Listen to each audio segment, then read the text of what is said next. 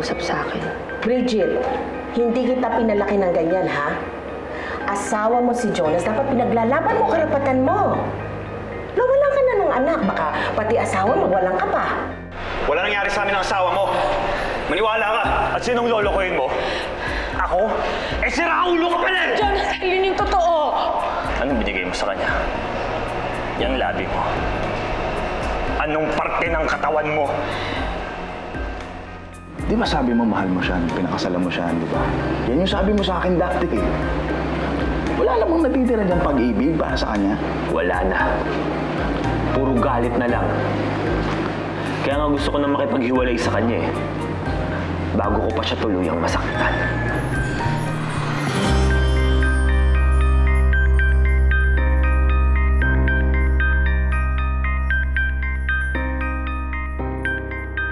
When you did not return my calls, akala ko kinalimutan mo na yung kasong inilapit mo sa akin. I'm sorry. May mga nangyari lang kasi that's why I got distracted. But it doesn't mean nagbago na yung isip ko. Ellery is already going to court para sa custody case niya. But that's a good news. Good? Anong good dun?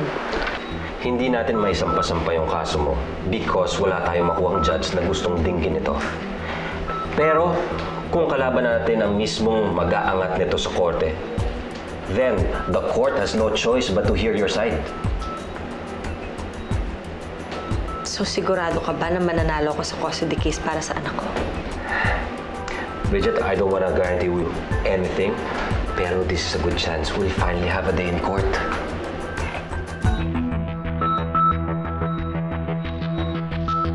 Two weeks from now, magsisimula na po yung hearing sa custody case na sinampa ko laban kay Bridget. We will be with you all the way. Don't be scared. Di ba, Delphine? Yes, Marisa. After all she did, Bridget doesn't deserve to be with Samantha. Kahit ano pa ang hirap na pinagdaanan niya para dyan sa anak mo, Ellery. Speaking of Samantha, nakakulong pa rin siya sa kwarto niya. I know you want to be firm with her, pero it's dinner time. Buong araw nang walang pagkain sa tiyan niya ang bata.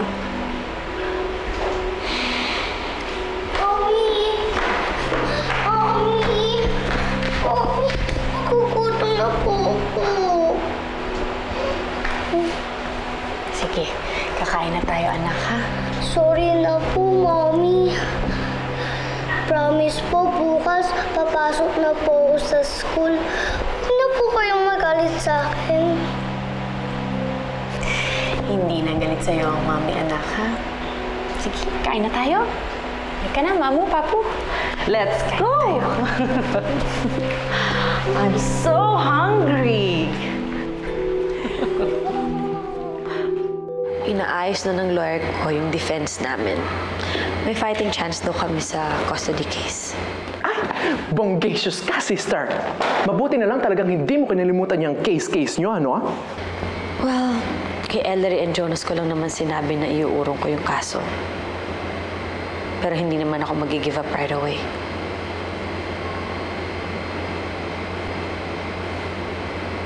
Kailan ba matatapos ang kasinungalingan mo, ha, Bridget? Sinabi mo sa akin noon, ina-atras mo na yung kaso mo laban kay Ellery. Pati ba naman yan?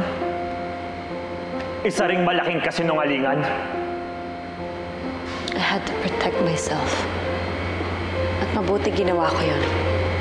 Kasi ngayon, handa na akong harapin si Ellery sa korte. And I need you there. Tapos na ako sa mga kasinungalingan mo. Hindi mo naman kailangan magsalita sa harap ng korte. I just need you by my side. Because I'm your wife.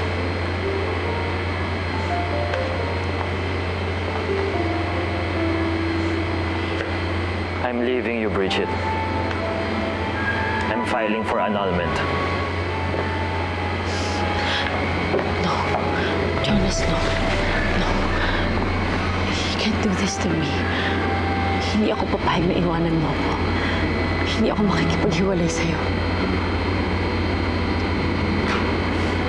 tama na. Ayoko nasaktan ka pa. Kaya pabayaan mo na ako. Jonas, no. No. Pwede pa nating ayusin to. Pwede tayong umattend ng couples therapy. Jonas, ayusin natin tong problema natin. Wala na tayong aayusin. Dahil sinira mo ng lahat. Ka naman mag-give up ka agad, oh. Pwede nating ayusin to. Ano pang aayusin natin? Eh matagal mo nang sinira nga. Si Ellery ba? Si Ellery ba ang dahilan kaya gusto mo na akong iwanan?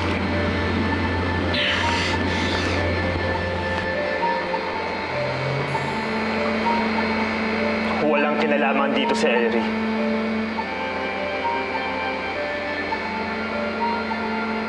Ikaw ang sumira ng relasyon natin. Kaya sarili mo lang dapat ang sinisisi mo.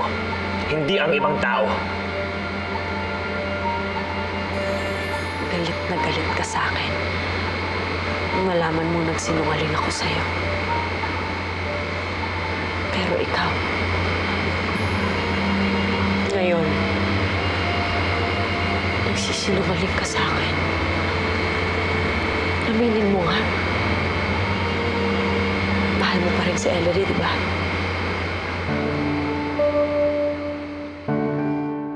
Anak, totoo ba yung sinabi mo kanina? Na from now on, magiging good girl ka na? Opo, Mommy. Okay, tulog ka na. Mommy, Ano yun, anak? foundation day po sa school namin bukas. Ilang daw po pumunta ang mga parents para po sa mga activities. Yun lang ba? Sige. Tatawagan ko si daddy mo para kasama natin siya pumunta sa school bukas, ha? Last year po, si Mommy Bridget at si Daddy ang kasama ko po doon. Baka po magtaka ang mga classmates ko kung hindi ko po sila kasama this year. Isama na po natin siya, Mommy. Sorry, anak, pero hindi ko mabibigay ang gusto mo. Sige na po, Mommy. Please. Sorry, hindi talaga pwede.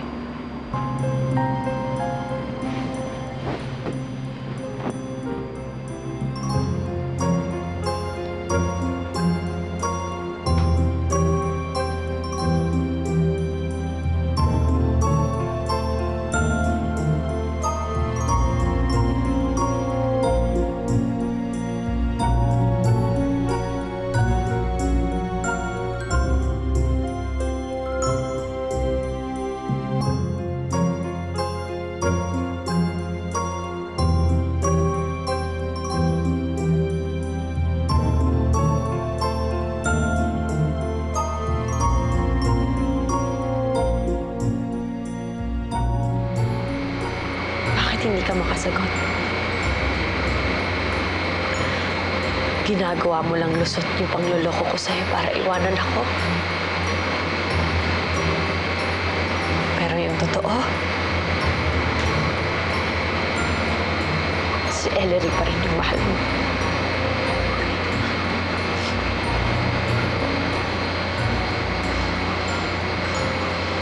Eh ano naman kung mahal ko pa rin si Ellery? Tandaan mo. Una ko siyang minahal. Pero ako ang asawa mo, Jonas. Ako lang dapat ang mahal mo.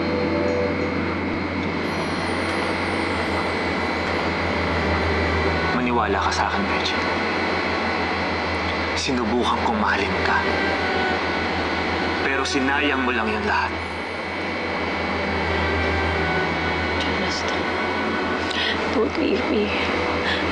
Hindi ko kayang mag-isa. Jonas.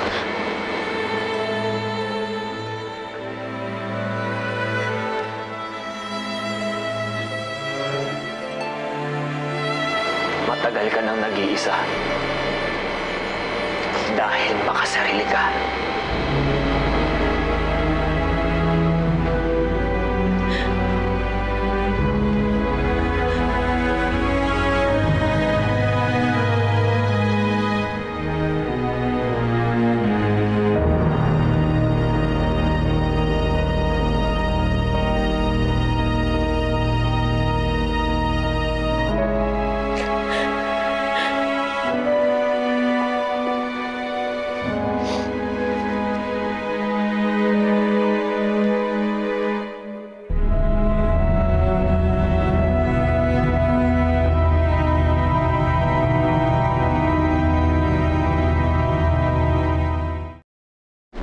nga pala sabi ng parents mo nung tinuluyan mo na makipag-iwalay kay Bridge?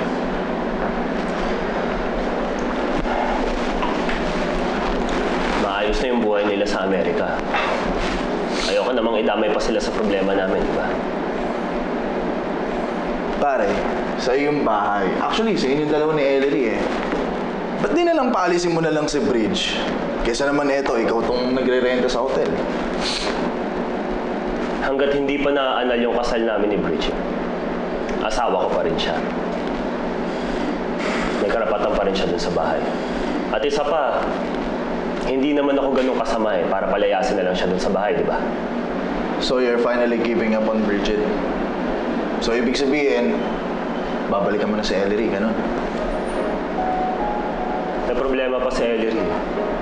Yung kaso nila ni Bridget. Pare, hindi naman yun yung sagot sa tanong ko eh. Okay? Pare, pangangaliwa yung gagawin ko kung babalikan ko sa Ellery nang kasal pa kami ni Bridget. Di wala na rin ako pinagkaiba sa kanya. So once na ma-finalize yung annulment, mahal ko pa rin si Ellery. Kung tatanggapin niya pa rin ako, pakakasalan ko siya. Tumigil ka na nga dyan sa kakangawa mo, Bridget. At saka huwag ka na magpapaniwala doon kay Jonas. Abay, pahirapan ang pagpapaanal dito. Malay mo mamaya, puti na mga buhok ninyo, hindi pa kayo naaanal. Pero kahit naman kasal kami, wala na rin naman siya sa akin. Iniwanan niya ako.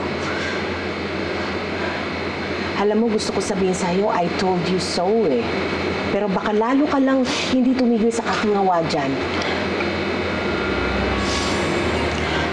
Kasalanan ni Ellery lahat to eh. Kung hindi naman dahil sa kanya, hindi mo mawala sa akin ang anak ko. Kung hindi rin dahil sa kanya, hindi ako iiwan ng asawa ko. Teka muna. Sa pananalita mo niya, parang may binabala ka na naman ah. Iba ang sabi mo sa akin, mamili ako kay Jonas o kay Samantha. Kung iiwan na ako ng asawa ko, babawiin ko ang anak ko kay Ellery.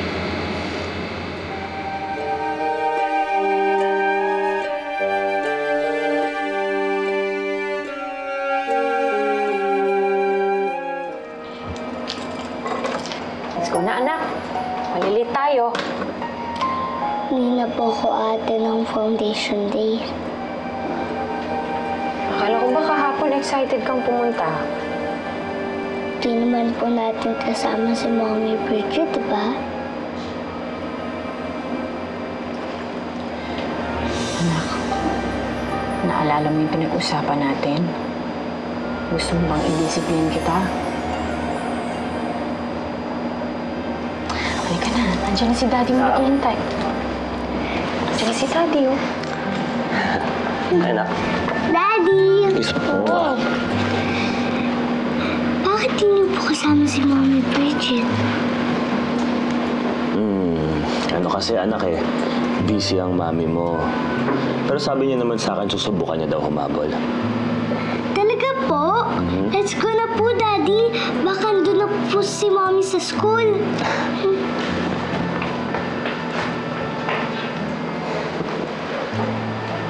Totoo bang pupunta si Bridget? Hindi ka dapat nagsinungaling sa bata, Jonas. Either that, or buong araw kayo magpapaiyakan ng anak mo. Hindi naman ako nangako eh. Basta, i-enjoy na lang natin tong araw na to para kay Samantha.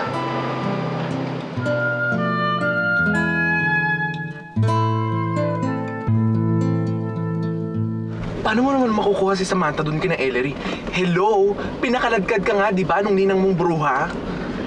Hindi naman tayo dun pupunta. Pinaban ako nila Ninong dun sa village. Eh, saan natin gigetsingin yung anakis mo?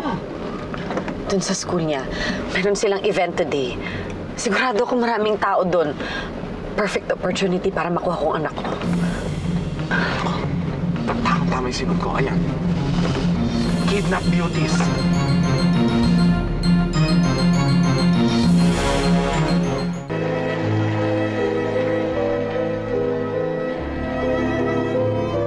I hope you forgive me, though. I can and I will forgive you. Pero hindi pa siguro sa ngayon. You know I love you, Ellery. I'm sorry, Waldy.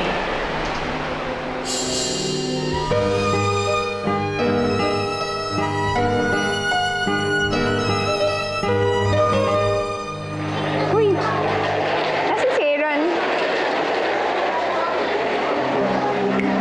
Uy, kanina pa kita binabati. Di mo naman ako pinapansin. Di ka ba? It's alright, Don. I'm just thinking about something. Something or someone? Chinismis kasi sa akin ni Aaron na binasted ka ni Ellery. Totoo ba?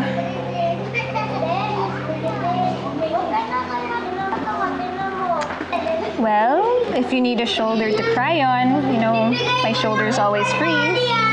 At di lang shoulder ko, pati yung head ko, yung toes ko, yung knees ko. Oh, cheer up. Thanks, but I'll be okay. Sus, di ka naman okay eh. Yan yung itsura ng mga students ko kapag di sila nakakasolve ng math problems sa quizzes ko. Salamat na lang. But I'll be okay. Waldy, kalimutan mo na kasi si Ellery. Move on! Move in with me. Alright, well, I have a question for you.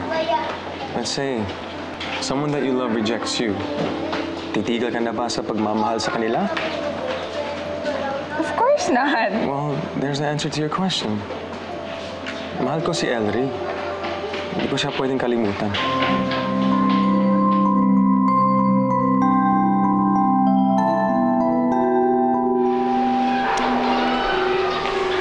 Kamusta na si Bridget?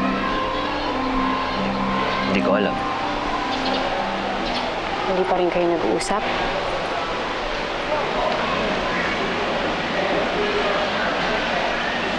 Nagkausap na. Actually, nagkasigawan pa nga eh. Pero simula nung iniwan ko siya, hindi ko na alam kung ano nangyari sa kanya. Sorry ha. Sa akin pa nanggaling yung tungkol kay Bridget at sa doktor niya. Bakit ka naman nagsasorry? Ginagawa mo lang yung tama. Sana, tama rin tong gagawin ko. Nag-away kayo. It's understandable kung ayaw mo siyang makita at makausap ngayon. Hindi yun eh.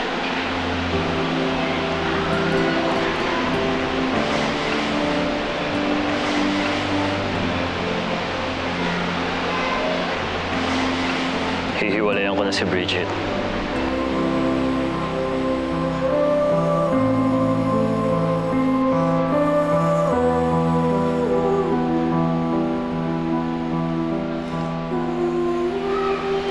Kapag nakuha ko na yung annulment ng kasal namin,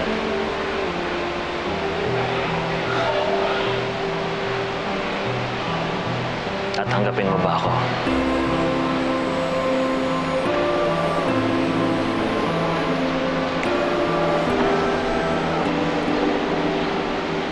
May puwang pa rin ba ako dyan sa puso mo? Nasaan na ang iyong pag-ibig na dati hanggang langit? Nangako na di ako pagpapalit. Hindi ka pa naman sigurado kung maaana lang kasal niyo ni Bridget, di ba?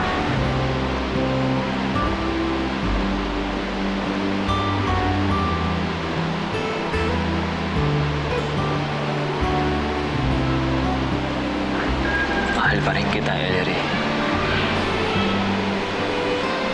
Ganon din ba yung nararamdaman mo para sa akin?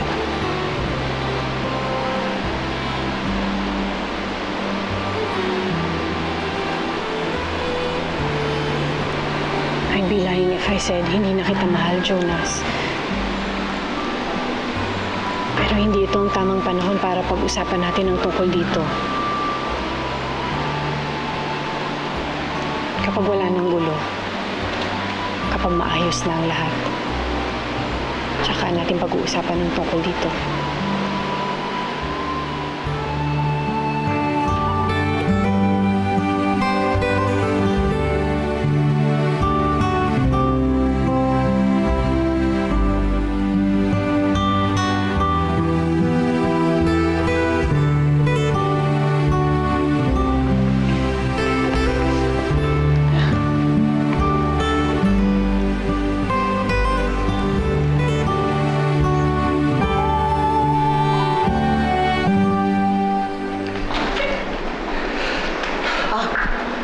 Delphine, nagpunta ako dito para siguraduhin na hindi maapektuhan ang trabaho ko sa mga nangyayari sa inyo ni Bridget. Pinuntahan kasi ako ni Marisa noong isang araw eh. Hindi naman ako na-personal eh. Salamat kung ganon. Hindi ako na-personal, Laila. Pero hindi ko gusto na kinukonsinti mo si Bridget. Hindi ko naman siya kinukonsinti eh. Laila, matanda na tayo. Maglolokohan pa ba tayo? Naaawa lang ako sa pamangking ko. Laila, hindi dapat pinaiiral ang awa. Ang dapat pairalin kung ano yung tama. Alam mo, sigurado ko kung buhay si Cecil. Kukontrahin niya kung ano yung mga pinagagawa ninyong mag-tsahin. Matagal nang patay ang kapatid ko. Kaya sana, huwag mo magkay-questionin ang pagpapalaki ko sa anak niya. Inaanak mo lang si Bridget. Ako ang kadugo niya. Mag-tsahin nga kayo.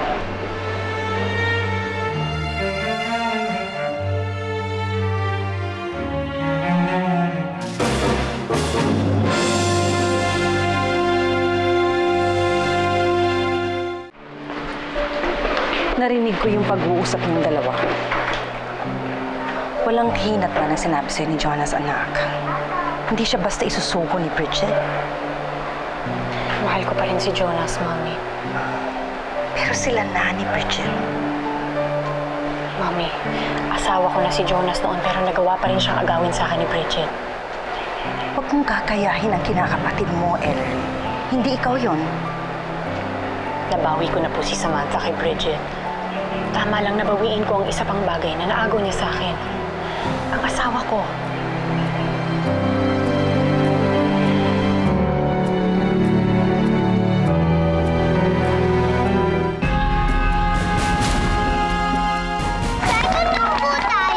Okay lang naman yung second place, anak eh. Last year, gold kami. Pero ngayon, talo kami. Kasi nga, ibang mami ang kasama niya ngayon. Sam, nasan ba ang totoo mong mami? Si Sam, asan si Sam? Andito na siya kanina tumatakbo eh. Asan na? Samantha! Ang ibig niyo sabihin na wala ninyo ang anak ko? Ano ba namang klaseng eskwelahan to?